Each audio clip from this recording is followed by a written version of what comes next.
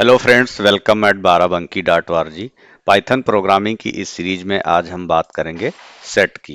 तो सेट एक data structure है पाइथन में, जो बहुत सारी वैल्यूज को डील करने के लिए यूज किया जाता है। इस डेटा स्ट्रक्चर से हम डेटा के ऊपर बहुत सारे ऑपरेशन परफॉर्म कर सकते हैं।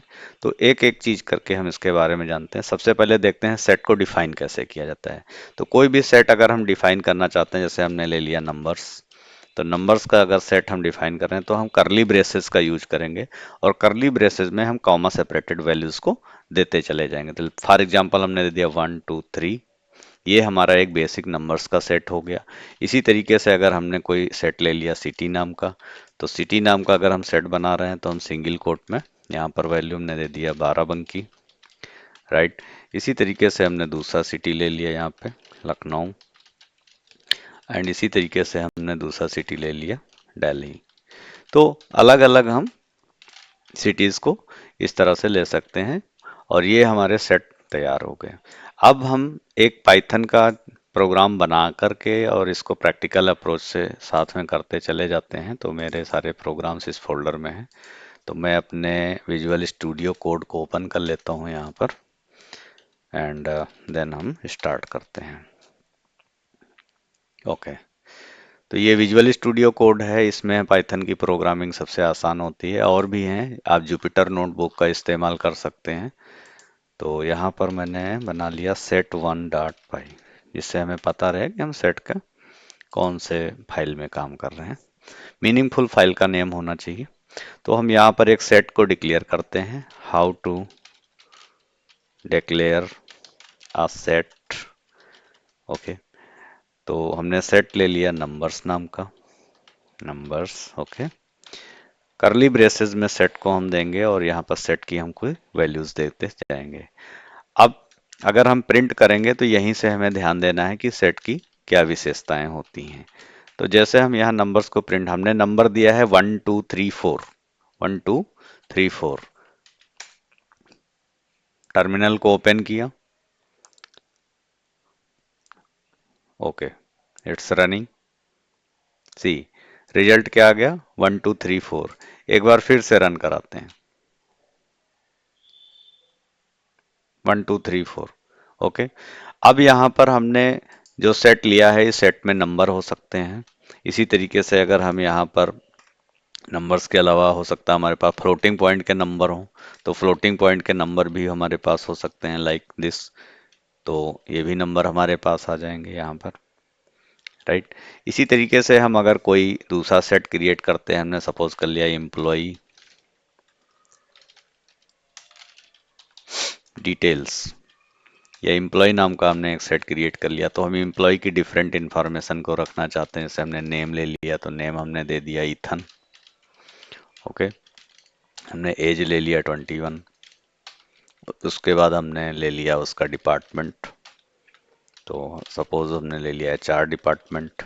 उसके बाद हमने सैलरी ले लिया समथिंग। देन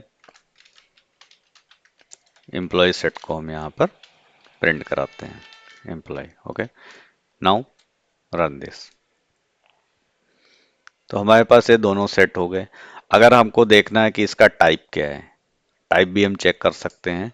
तो टाइप चेक करने के लिए हमने क्या दे दिया यहाँ पे, टाइप मेथड का यूज करेंगे, print type of, print type, type method use करेंगे। इसका ये ब्रेस आ गया यहाँ पर। अब इसमें हम जिस भी सेट को पास कर देंगे, जैसे हम नंबर्स को इसके अंदर रख दिया और हम इसको रन कराते हैं, तो 6th लाइन पे हमारा है, यहाँ देखिए क्लास सेट, यानी इसका जो डेटा टाइप है वो क्या है, सेट टाइप का है। ओके, दूसरी चीज ये है कि अब अगर हमारे पास कोई दूसरा सेट है, फॉर एग्जांपल मैं इसको कमेंट कर देता हूँ। ओके, और एक हम नया सेट ले लेते हैं यहाँ पर। फॉर एग्जांपल एक कोई सेट हमने क्रिएट कर लिया बुक्स के नाम से। तो बुक्स का एक सेट हमने क्रिएट कर लिया, इनफैक्ट बुक्स। ओके, यहाँ पर हमने किसी बुक का नाम दे दिया, हमने जैसे दे दिया कि टाइम मैगजीन। ओके, इनफैक्ट ये मैगजीन ही है, कोई भी बुक हम सपोज कर लेते हैं यहाँ पर book 1। Okay, again we have book 2, right. तो इस तरह से हमारे पास डिफरेंट बुक हो गई। अब हम यहाँ पर करना क्या चाहते हैं, हम ये देखना चाहते हैं कि कोई भी इसका आर्डर है कि नहीं है, हमको इसका आर्डर चेक करना है। तो जैसे हमने सपोज किया यहाँ पर लिया प्रिंट और बुक्स को हमने प्रिंट किया है, ये यहाँ पर देखिए। तो यहाँ पर हमने जो ये सेट डिक्लेयर किया, इसमें सबसे पहली वैल्यू क्या है, टाइम मैगजीन, देन बुक 1 है, बुक 2 है। और जब हमने इसको रन कराया तो हमने देखा यहाँ पे क्या आ रहा है, पहले book 2, time magazine, book 1। Again एक बार और रन करा के देखते हैं। यहाँ पर देखिए अब क्या आ गया, time magazine, book 1 and book 2। तो ये फर्स्ट प्रॉपर्टी है, ये फर्स्ट प्रॉपर्टी है। अगर हम बात करें कि सेट की प्रॉपर्टीज क्या होती हैं, क्या विशेषताएं होती हैं, तो ये सबसे पहली प्रॉपर्टी है। ठीक है, मल्टीपल डेटा बेस को तो हम स्टोर कर सकते हैं, यहाँ पे मल्टीपल डेटा टाइप की वैल्यूज को स्टोर कर सकते हैं, राइट। तो फर्स्ट प्रॉपर्टी है we can store multiple data type values. Different data type की वैल्यूज को स्टोर कर सकते हैं। वो डिफरेंट डेटा टाइप की वैल्यू हो, चाहे कोई इंटीजर वैल्यू हो, 1 2 3 नंबर हो, फ्लोट पॉइंट फ्लोटिंग नंबर्स हों, डेसिमल की कोई वैल्यू हो, बूलियन वैल्यूज हों ट्रू फॉल्स करके, ठीक है, कॉम्प्लेक्स नंबर हो, वो भी हम स्टोर कर सकते हैं, राइट। तो डिफरेंट वैल्यूज को यहाँ पे स्टोर किया जा सकता है। सेकंड प्रॉपर्टी क्या होती है, ये अनऑर्डर्ड होता है, अनऑर्डर्ड, ये हमें ध्यान रखना है। सेकंड जो इम्पोर्टेंट प्रॉपर्टी है वो है सेट अनऑर्डर्ड होता है। इसी प्रॉपर्टी को हम यहाँ एक्सप्लोर कर रहे थे। यहाँ पर हमने जो सेट डिक्लेयर किया हुआ है बुक्स नाम का, उस सेट को अगर हम यहाँ पे रन करा रहे हैं तो जिस ऑर्डर में हमने वैल्यूज को दी हैं, जरूरी नहीं है कि उसी ऑर्डर में वैल्यूज यहाँ पर प्रिंट होंगी। तो ये सेट की एक पहली विशेषता है कि ये अनऑर्डर्ड होता है, इसका कोई स्पेसिफिक ऑर्डर नहीं होता है। इसके अंदर, सेट के अंदर जितने भी एलिमेंट होंगे उनका क्रम जो है कभी भी बदल सकता है। तो ये फर्स्ट प्रॉपर्टी होती है अनऑर्डर्ड। दूसरा जो प्रॉपर्टी हम अब यहाँ पर पढ़ेंगे, ये अनचेंजेबल होता है। दूसरी जो प्रॉपर्टी है वो क्या है, अनचेंजेबल। तो जो नेक्स्ट प्रॉपर्टी है अनचेंजेबल, ठीक। तो ये प्रॉपर्टी अनचेंजेबल है। अनचेंजेबल प्रॉपर्टी का मतलब ये है कि डायरेक्ट किसी सेट की वैल्यू को हम चेंज नहीं कर सकते हैं। अनचेंजेबल है, अनइंडेक्स्ड है, अनइंडेक्स्ड। और अनइंडेक्स्ड तो इसी से रिलेटेड हो गया कि ये अनऑर्डर्ड है, इसीलिए इसका कोई फिक्स इंडेक्स नहीं है। फिक्स इंडेक्स का मतलब अगर हम सेट की 0 पोजीशन की वैल्यू को फेच करना चाहें तो हमने तो यहाँ देखा कि जब भी हम सेट को रन करा रहे हैं तो सेट की ऑर्डर चेंज हो जा रहा है, इसकी वैल्यू आगे पीछे आ रही है। तो इसलिए ये अनऑर्डर्ड होता है, अनचेंजेबल होता है और अनइंडेक्स्ड होता है। तो ये हमें यहाँ पे याद रखना है। तो अब हम इसको एक्सप्लोर करते हैं कि किस तरह से हम जो है इसको प्रूव कर सकते हैं कि अनचेंजेबल है इसकी प्रॉपर्टी। अनऑर्डर्ड तो हमने देख लिया, अब अनचेंजेबल और अनइंडेक्स्ड को हम देखते हैं, ठीक है। तो यहाँ पर हम ट्राई करते हैं कि अगर हम किसी पर्टिकुलर 0 पोजीशन की वैल्यू को प्रिंट कराने की कोशिश करते हैं। तो 0 पोजीशन की वैल्यू को हमने प्रिंट कराया। See what is happening, set object is not subscriptable. इसको हम कोई भी इंडेक्स दे करके प्रिंट नहीं करा सकते हैं, क्योंकि इसका कोई इंडेक्सिंग नहीं हो सकती है।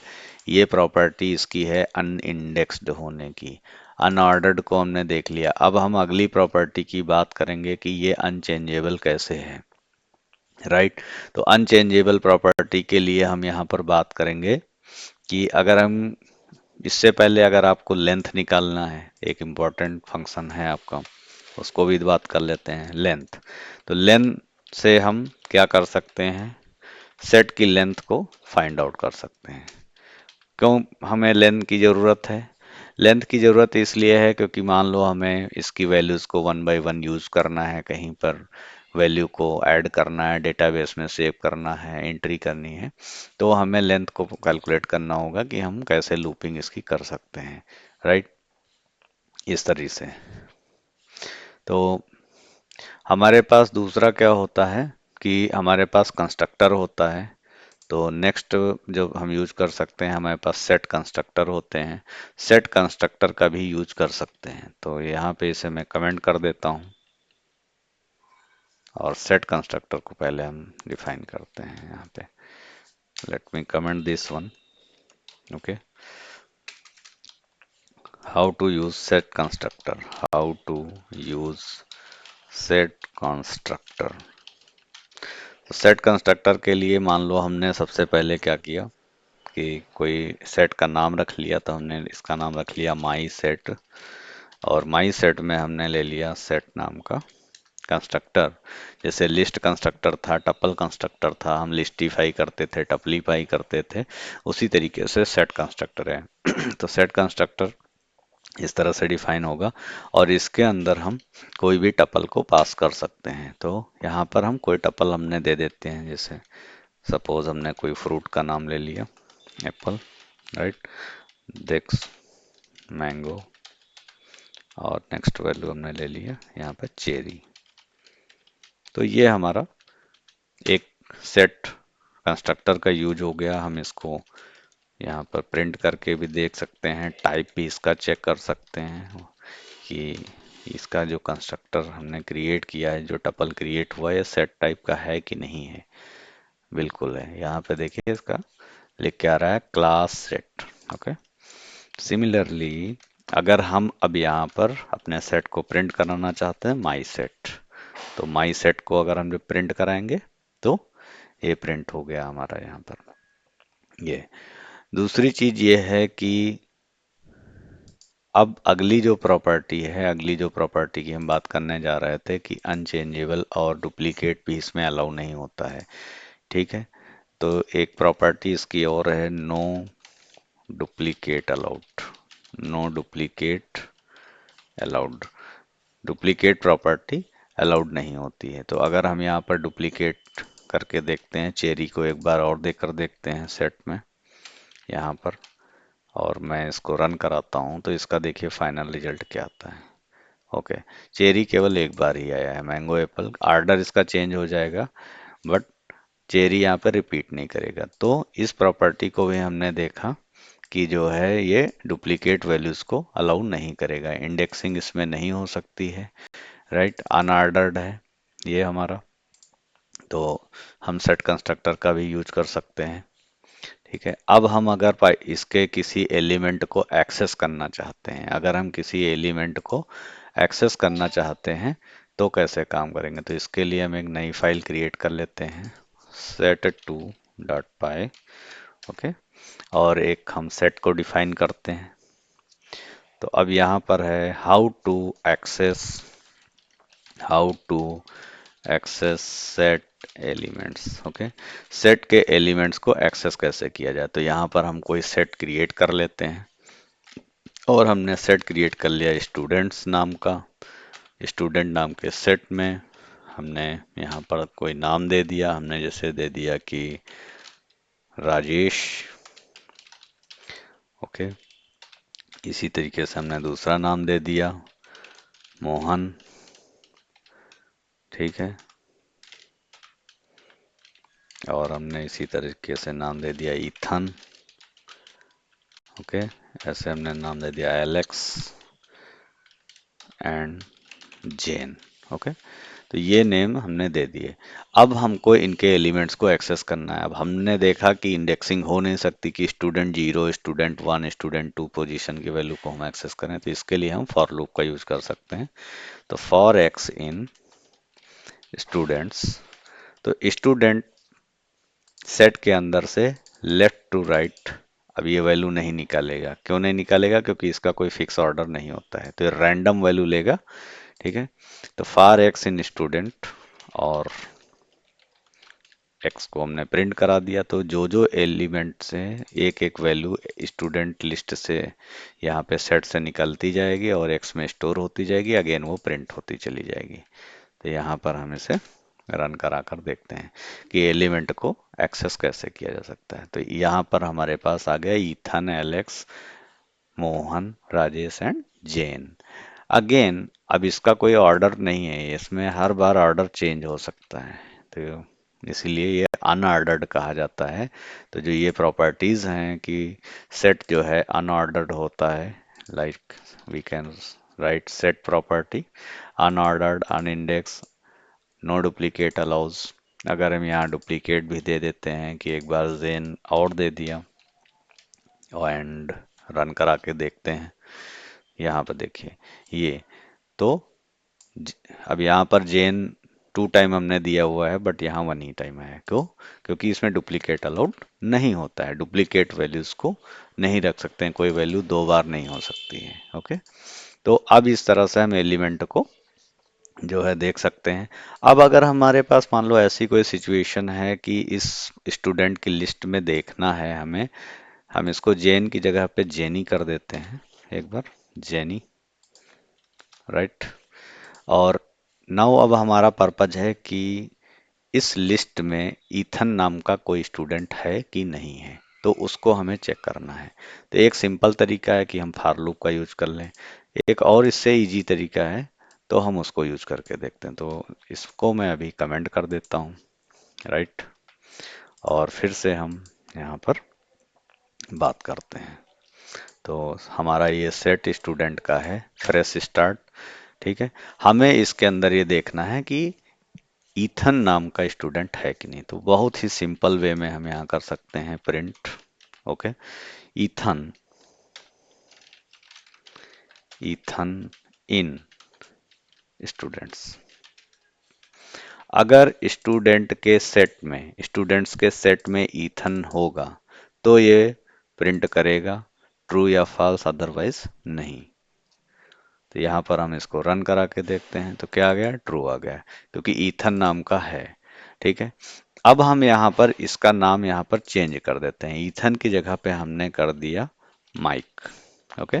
तो अब हमने फिर से रन कराया और मैं यहाँ पे देखना चाहता हूँ कि ईथन नाम का स्टूडेंट इस सेट के अंदर है कि नहीं है। तो अगेन एक बार रन करा कर देखते हैं, तो अब क्या आएगा, फॉल्स आएगा। क्यों फॉल्स आ रहा है? क्योंकि ईथन नाम का स्टूडेंट अब इस सेट में नहीं है। तो इस तरह से हम किसी भी सेट में कोई वैल्यू प्रेजेंट है कि नहीं, वैल्यू अवेलेबल है कि नहीं, हम चेक कर सकते हैं। दूसरा तरीका हमारा हो सकता था कि हम जो है फॉर लूप का यूज कर सकते हैं। अच्छा, इसी तरीके से हम, ये तो इन क्लाज का इस्तेमाल हो गया, इसी तरीके से हम नॉट इन का इस्तेमाल कर सकते हैं, नॉट इन, क्योंकि ये मेंबरशिप ऑपरेटर कहलाते हैं। तो अब हमने यहाँ पे इसको कमेंट कर दिया, यहाँ पे हमने लिखा ईथन नॉट इन स्टूडेंट। अगर ईथन स्टूडेंट की लिस्ट में नहीं है तो ओके, ट्रू प्रिंट करो, नहीं तो फॉल्स प्रिंट करो। तो यहाँ पे हमने फिर से रन करा के देखा, good, Ethan not in student, ये पूरे स्टेटमेंट को सेटिस्फाई कर रहा है। ईथन स्टूडेंट की लिस्ट में नहीं है, ये बात बिल्कुल सत्य है। तो ये बात जब बिल्कुल सत्य है, ट्रू है, तो इसलिए प्रिंट कर रहा है। तो ये हमने मेंबरशिप ऑपरेटर्स का इस्तेमाल करके देखा कि इन और नॉट इन को हम कैसे इस्तेमाल कर सकते हैं अपने किसी सेट के अंदर, ओके। तो ये एक हमारा बेसिक तरीका होता है। दूसरा, हम फॉर लूप से तो चेक ही कर सकते हैं, अगर फॉर लूप से आपको चेक करना है तो वो भी हम करके बता दे रहे हैं यहाँ पर, ओके। अब हम सिंपल फॉर लूप लगाएंगे, okay. For x in students, just give me a minute.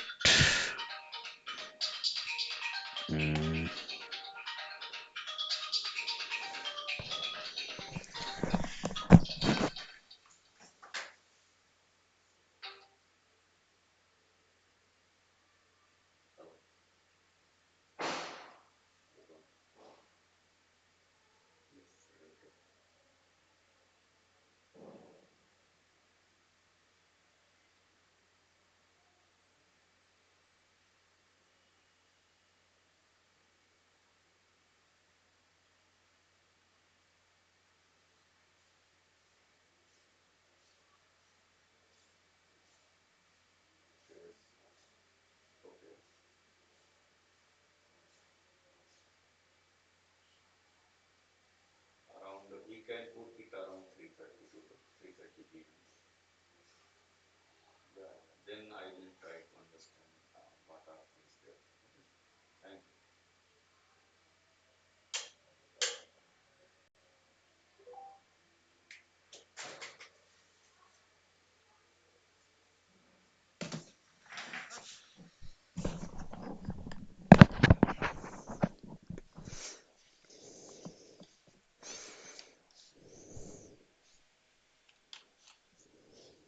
सो यहाँ पर अब हम आगे देख रहे हैं कि किस तरह से हम सेट में जो है देख सकते हैं कि कोई वैल्यू अवेलेबल है कि नहीं यूजिंग फार लूप स्टेटमेंट। ओके, तो फार लूप स्टेटमेंट को अगर हमने यहाँ पर देखेंगे तो हमने दे दिया फार एक्स इन स्टूडेंट्स, और यहाँ पर हमने इफ की कंडीशन लगा लिया, इफ एक्स इक्वल्स, और हमने यहाँ पर दे दिया इथन।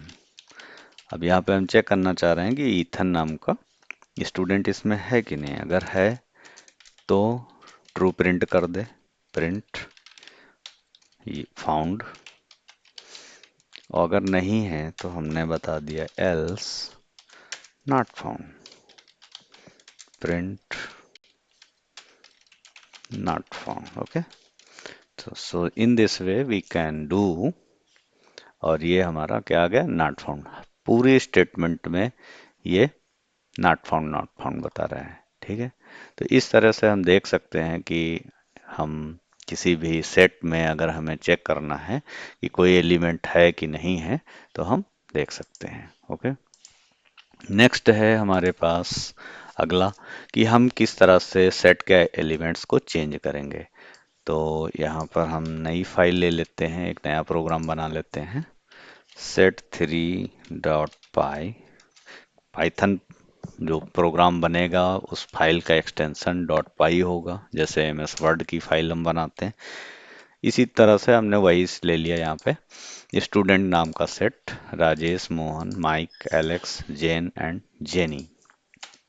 ओके, तो अब हम इसके एलिमेंट्स को हम चेंज करना चाहते हैं तो चेंज कर सकते हैं या नहीं।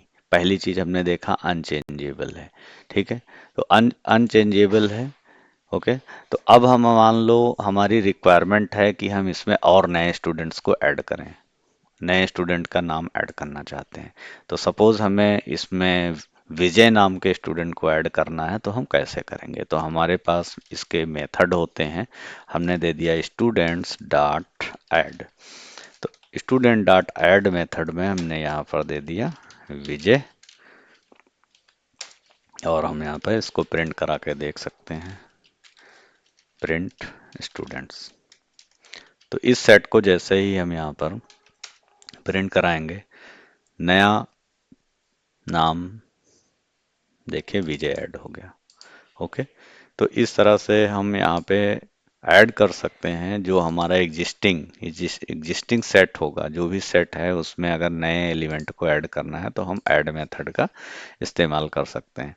इसी तरीके से हमारे पास अगर सेट को ऐड करना हो, कोई दो सेट हैं और हमें उनको ऐड करना है, तो कैसे काम करेंगे, तो आगे देखते हैं इसी के सीक्वेंस में। यहाँ पर तो नया सेट हम लोग क्रिएट कर लेते हैं।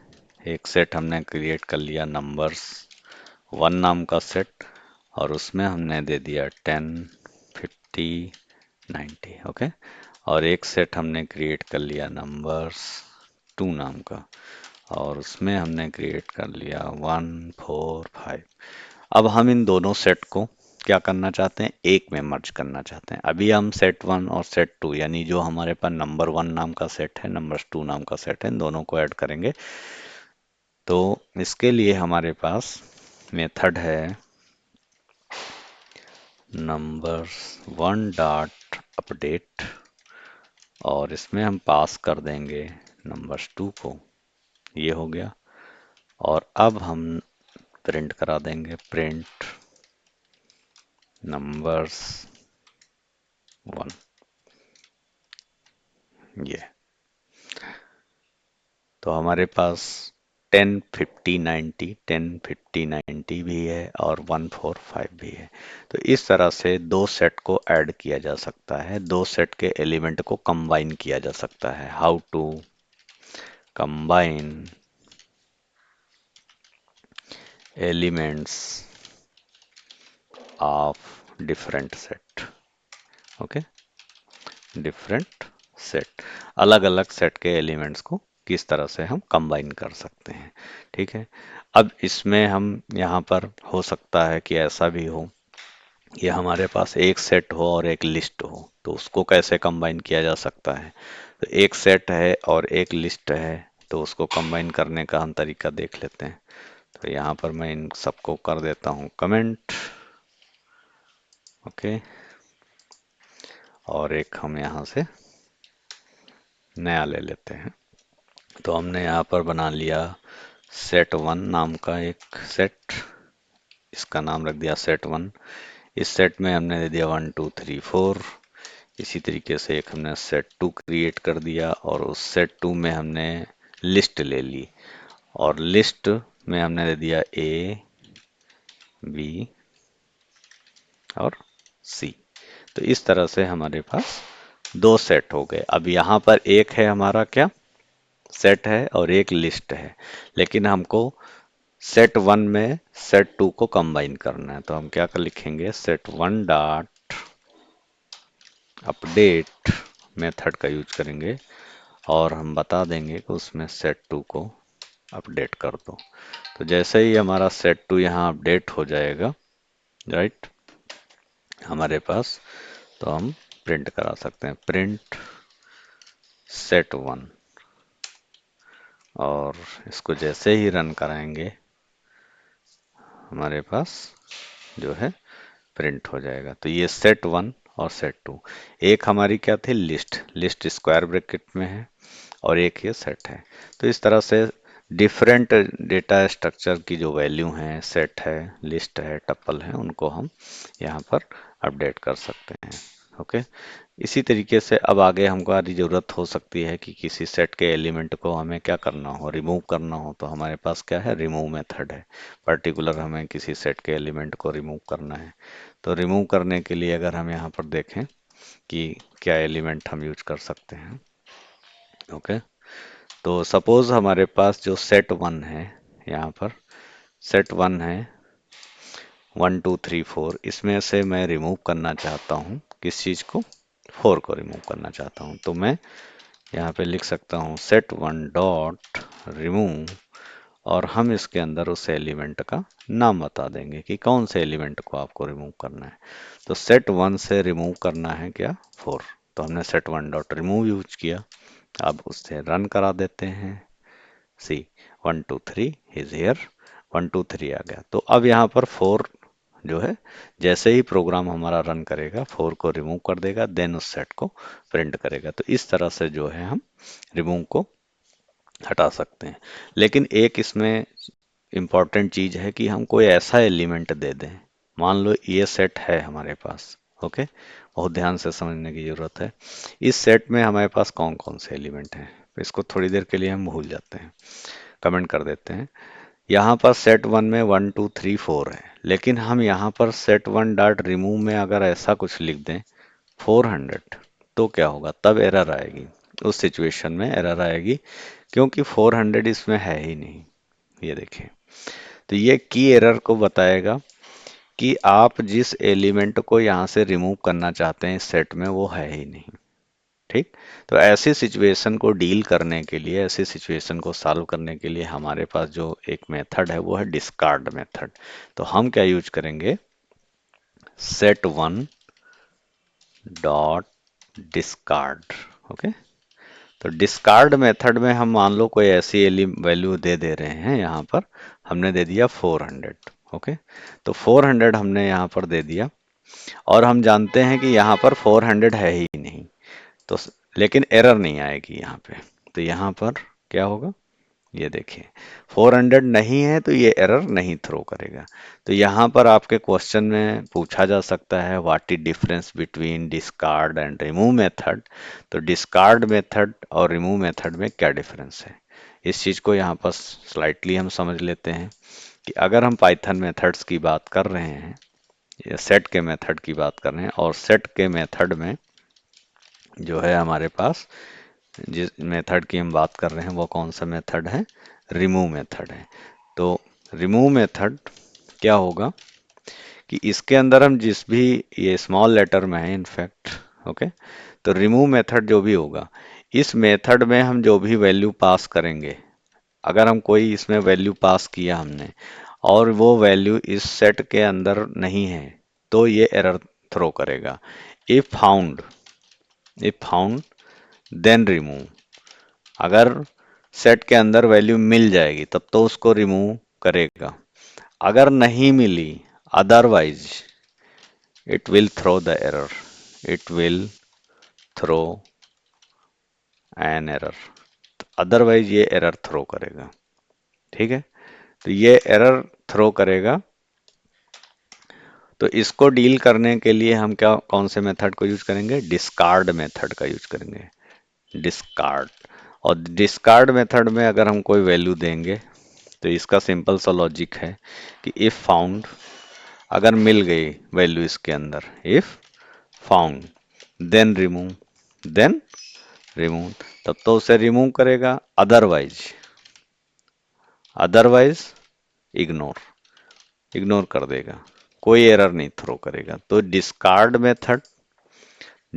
मेथड और रिमूव मेथड में इसी बात का डिफरेंस है कि डिस्कार्ड में अगर हम कोई वैल्यू को रिमूव करना चाहते हैं, अगर सेट के अंदर वो वैल्यू नहीं है तो ये कोई एरर नहीं थ्रो करेगा। लेकिन रिमूव मेथड में अगर कोई ऐसी वैल्यू हम दे रहे हैं रिमूव करने के लिए और वो नहीं है सेट के अंदर, तो डेफिनेटली ये एरर थ्रो करेगा। तो यहाँ पर हमने देखा भी है अभी प्रोग्राम बना करके। तो इस तरह से हम जो है डिफरेंट मेथड का यूज कर सकते हैं।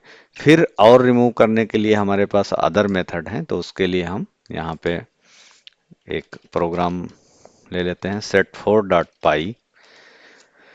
अब हमारे पास होता है पॉप मेथड, यहाँ पे पॉप मेथड। तो पॉप मेथड का जो काम है वो क्या करेगा कि रैंडमली एलिमेंट को रिमूव करना शुरू करेगा। ठीक है, तो हम कोई एक ले लेते हैं सेट नंबर्स नाम का, और नंबर्स नाम के सेट में हमने कोई वैल्यू ले लिया 10, 40, 55, 99, 111, राइट। इस तरह से हमने ले लिया। अब हमने यहाँ पर दे दिया नंबर्स डॉट पॉप, ओके। तो नंबर्स डॉट पॉप मेथड हम यूज करेंगे और हम यहाँ प्रिंट करा के देखते हैं, प्रिंट नंबर्स, और रन कराते हैं यहाँ पे। देखिए क्या हुआ, 55, 40, 10 और 111, 99 को इसने क्या किया, रिमूव कर दिया। तो रैंडमली किसी भी वैल्यू को ये पॉप मेथड रिमूव करेगा। पॉप मेथड बाय डिफॉल्ट क्या करेगा, it will remove random value. Random value का मतलब है कि जितनी बार ये पॉप मेथड का हम इस्तेमाल करेंगे उतनी बार इस सेट से कोई वैल्यू को डिलीट करता जाएगा। पता नहीं कौन सी वैल्यू को डिलीट करे, कारण क्या है, ये अनऑर्डर्ड होता है, इसका कोई फिक्स ऑर्डर नहीं होता है। तो पॉप मेथड के अंदर अभी कोई वैल्यू नहीं है, हम सिंपल पॉप मेथड का यूज कर रहे हैं, तो ये रैंडमली किसी वैल्यू को रिमूव कर देगा। अभी जैसे हम इसको फ्रेश लेते हैं 10, 40, 55, 99, 111, अब यहाँ पे हम रन करा रहे हैं एक बार फिर से। तो जैसे ही इसे हम रन कराएंगे, यहाँ पर देखिए कौन सी वैल्यू को रिमूव कर दिया इसने, 99 को रिमूव कर दिया। अगेन इसको रन कराते हैं, ये देखिए, ठीक है। तो जैसे इस तरह से ये रैंडम वैल्यू को रिमूव कर रहा है। लेकिन अगर हम कह दें कि नहीं, रैंडम वैल्यू हमें डिलीट नहीं करनी है, हमें कोई फिक्स वैल्यू को रिमूव करना है, तो हम यहाँ पर दे देते हैं नंबर्स डॉट पॉप और उस वैल्यू का नाम बता देते हैं कि आपको कौन सी वैल्यू को रिमूव करना है, 111। तो उस सिचुएशन में ये क्या करेगा, देखो अब ये पॉप मेथड जो होगा ये 111 को नहीं रिमूव कर पा रहा है। तो इस सिचुएशन को अगर हमें आगे डील करना है, ठीक है, तो हमें ये ध्यान रखना पड़ेगा कि पॉप मेथड इस तरह से काम नहीं करता है। ठीक है, तो ये ध्यान रखना है कि पॉप मेथड रैंडम वैल्यू को रिमूव करेगा जब भी हम यूज करेंगे यहाँ पे। जबकि अदर डेटा स्ट्रक्चर में हमने देखा कि हम कोई स्पेसिफाइड वैल्यू दे देते थे तो उस वैल्यू को ये रिमूव करना चाहता था। तो ये एरर बना के हमने इसलिए आपको दिखाया। अब हमारे पास जो अगला मेथड है, अगला जो मेथड हमारे पास है वो क्या है, क्लियर मेथड है। तो क्लियर मेथड का यूज कैसे करते हैं, ठीक है। क्लियर मेथड का यूज करने के लिए अब हमने यहाँ पर दे दिया नंबर्स डॉट क्लियर, और इस क्लियर मेथड को हमने यूज कर लिया और हम अपने सेट को प्रिंट कराना चाह रहे हैं यहाँ पे। तो सेट को जैसे ही प्रिंट कराएंगे, अब देखिए क्लियर नाम से क्या पता चलता है देखिए दिस इज क्लियर, नथिंग, कोई चीज नहीं है। तो क्लियर मेथड का काम है कि आपके जो भी सेट में वैल्यूज हैं उनको ये क्या कर देगा, जो है रिमूव कर देगा और एम्प्टी हमारे पास बचेगा। इसी तरीके से हम डेल कीवर्ड का यूज कर सकते हैं। डेल कीवर्ड का जैसे ही यूज करेंगे पूरा सेट हमारा डिलीट हो जाएगा, सेट डेल नंबर्स।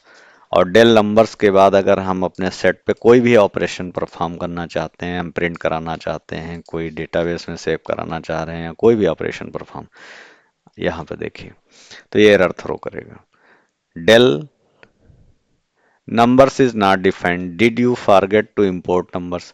ठीक है, तो ये एरर आ रही है। इसका मतलब ये है कि नंबर्स नाम का सेट तो यहाँ बना हुआ था, लेकिन हमने डेल कीवर्ड का यूज किया और इससे हमारा ये सेट पूरा पूरा क्या हुआ, डिलीट हो गया। अब हम इसको प्रिंट कराना है, कोई वैल्यू को हमें ऐड करना, अपडेट करना या एक्सटेंड करना तो नहीं होगा क्योंकि ये डिलीट हो चुका है पूर्णतः। तो ये हमारा डेल मेथड होता है जिसको हम पूरा पूरा अपने सेट को डिलीट कर सकते हैं इस तरह से। ठीक है, लूपिंग आपने करके देखी है कि हम इसमें for loop, while loop, do while loop, इन सारे लूप्स का इस्तेमाल कर सकते हैं। तो एक बार हम फिर से यहाँ पे देख लेते हैं कि सेट में लूपिंग कैसे करते हैं। तो यहाँ पे हम एक नई फाइल ले लेते हैं प्रोग्राम की, और सपोज कर लो कि हमारे पास यही एक सेट है नंबर्स नाम का। तो नंबर्स नाम का सेट है। अब यहाँ पे हमें सिंपल अगर फॉर लूप का यूज करना था तो आपने पता फॉर एक्स इन, और आपने दे दिया था नंबर्स और प्रिंट कराते गए। डिसीजन कोई लेना है आप इफ एल्स लगा के कोई डिसीजन भी ले सकते हैं। ये तो हमारा फॉर लूप से प्रिंट हो गया। इसी तरीके से अगर हम यहाँ पे चाहें व्हाइल लूप यूज करना तो हम लेन का यूज कर सकते हैं। तो लेन मेथड का यूज करके हम प्रिंट करा सकते हैं, राइट। तो इसको हम कमेंट कर दे रहे हैं, कमेंट करने के बाद हम यहाँ पे आगे बढ़ते हैं। तो अगर हमें यहाँ पे व्हाइल मेथड का यूज करना है तो व्हाइल मेथड यूज करने के लिए हम कोई इनिशियल वैल्यू आई ले लिया, ठीक है। फिर हमने कहा व्हाइल, फिर हमने दे दिया लेंथ ऑफ नंबर्स, नंबर्स की जितनी लेंथ होगी वहां तक ये प्रिंट करता जाएगा, प्रिंट।